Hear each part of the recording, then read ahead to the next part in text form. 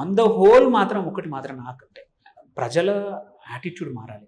So ప్రభుత్వాలు ఫ్రీగా అందరికీ కాదు, ఎవరికైతే అవసరం ఉందో, సంక్షేమం మంచిది కాదు అనట్లేదు, సంక్షేమం ఇంపార్టెంట్. ఎందుకంటే ఒక సొసైటీలో అందరూ ఒకే రకంగా ఉండరు, అందరూ సొంతంగా కష్టపడి ఎర్న్ చేసే కెపాసిటీ ఉండదు.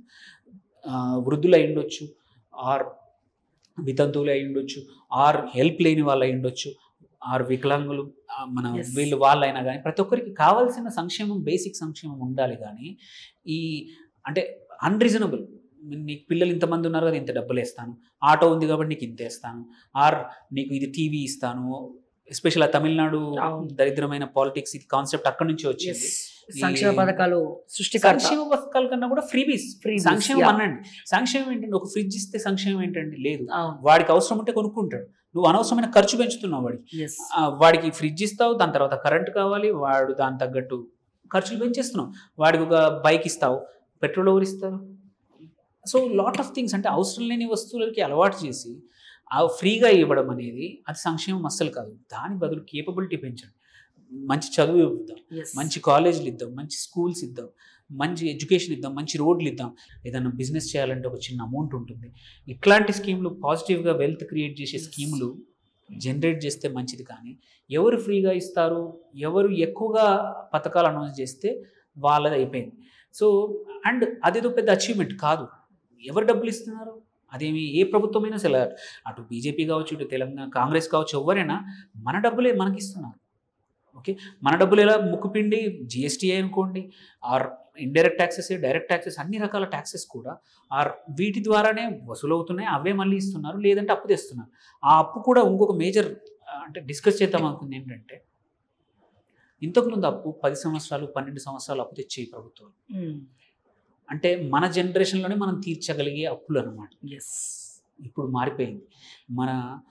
మీరు అప్పుల ప్రొఫైల్ చూసుకుంటే 40%, 50% అప్పులు 20+ ఇయర్స్ ఉన్నాయి. ఇప్పుడు మన రాష్ట్రానికి ఇప్పుడున్న 8 లక్షల కోట్ల అప్పులు దగ్గర మీరు చూసుకుంటే 40% ఆఫ్ దట్ అప్పులు అంటే నియర్లీ 3.5-4 లక్షల కోట్లు 2045, 2050, 55కి ఎక్స్పైరీ అవుతుంది. అంటే ఎవరు మన పిల్లలు పెద్దగయ్యాక మన వాళ్ళకు అప్పులు ఇస్తున్నాం, మనం వాళ్ళ నెత్తి మీద పడేస్తున్నాం. ఎందుకంటే అప్పటి బడ్జెట్ కట్టాల్సిందే, అప్పటి ప్రభుత్వం కట్టాల్సిందే. సో అండ్ ఇంకా దరిద్రం ఏంటంటే ఎగ్జాంపుల్ అంటే ఇది నా అంటే పర్సనల్గా బ్యాడ్ డిసిషన్ ఎగ్జాంపుల్ ఓఆర్ఆర్ ఉందండి.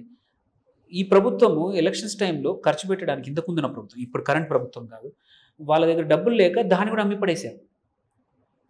అమ్మేసేసి ఒకేసారి తీసుకున్నారు. అది మీకు ఎలా రైట్ ఉందండి? అది రేపు ఫ్యూచర్ ప్రతి సంవత్సరము అది అలాగే ఉంటే ప్రభుత్వానికి 600 కోట్లు 700 కోట్లు ఒక రెవెన్యూ రూపంలో ఎవరైతే కన్సైనర్ ఎవరైతే నడుపుతున్నారో ఇచ్చేవాడు.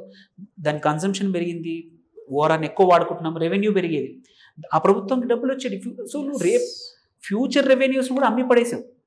అంటే మంచి డిసిషన్స్ ఉన్నాయి కూడా ఎలా నాశనం చేయాలనేది అన్ని. ఇది ఒక ప్రభుత్వమే కాదు, వీళ్ళు ఒక పార్టీ తప్పు కాదు, అన్ని పార్టీలు స్మాల్ స్కేల్ ఇండస్ట్రీస్ ని డెవలప్ చేయొచ్చు, ఉపాధి కార్యక్రమాలు చేయొచ్చు, చాలా ఉన్నాయి. కేపబిలిటీ పెంచుకుంటే బాగుండేది. ఆర్ ఏమైనా ఇండస్ట్రీస్ కానీ, మైనింగ్ కానీ, ఇప్పుడు దీనికి ఇదంతా బాగానే ఉంది, మీరు అన్ని బాగానే ఐడియల్గా చెప్తున్నారు, బట్ అప్పులు లేకుండా ఎలా అంటే కష్టం.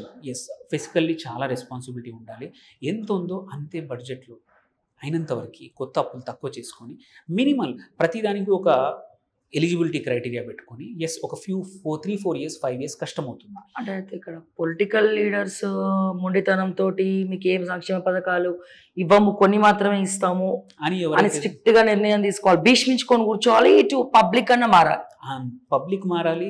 పార్టీలు కూడా ఏంటంటే మేము ఎఫిషియన్సీ పెంచుతాము, మేము ఫ్రీవీస్ అందరూ కూర్చోవాలి. ఇది ఎప్పుడు జరుగుతుందో తెలియదు, ఈ మూమెంట్ ఎప్పుడు జరుగుతుందో తెలియదు. ఆర్ మన సుప్రీంకోర్టు లాంటి వాళ్ళు ఏదైనా ఫోర్స్ చేస్తే తప్ప. మొన్న ఆల్రెడీ కొన్ని కామెంట్స్ కూడా వచ్చాయి, 1-2 కేసుల్లో మీ అప్పులు మీ టైంలోనే తీర్చేయాలి అనే కామెంట్ కూడా సుప్రీంకోర్టు చేసింది.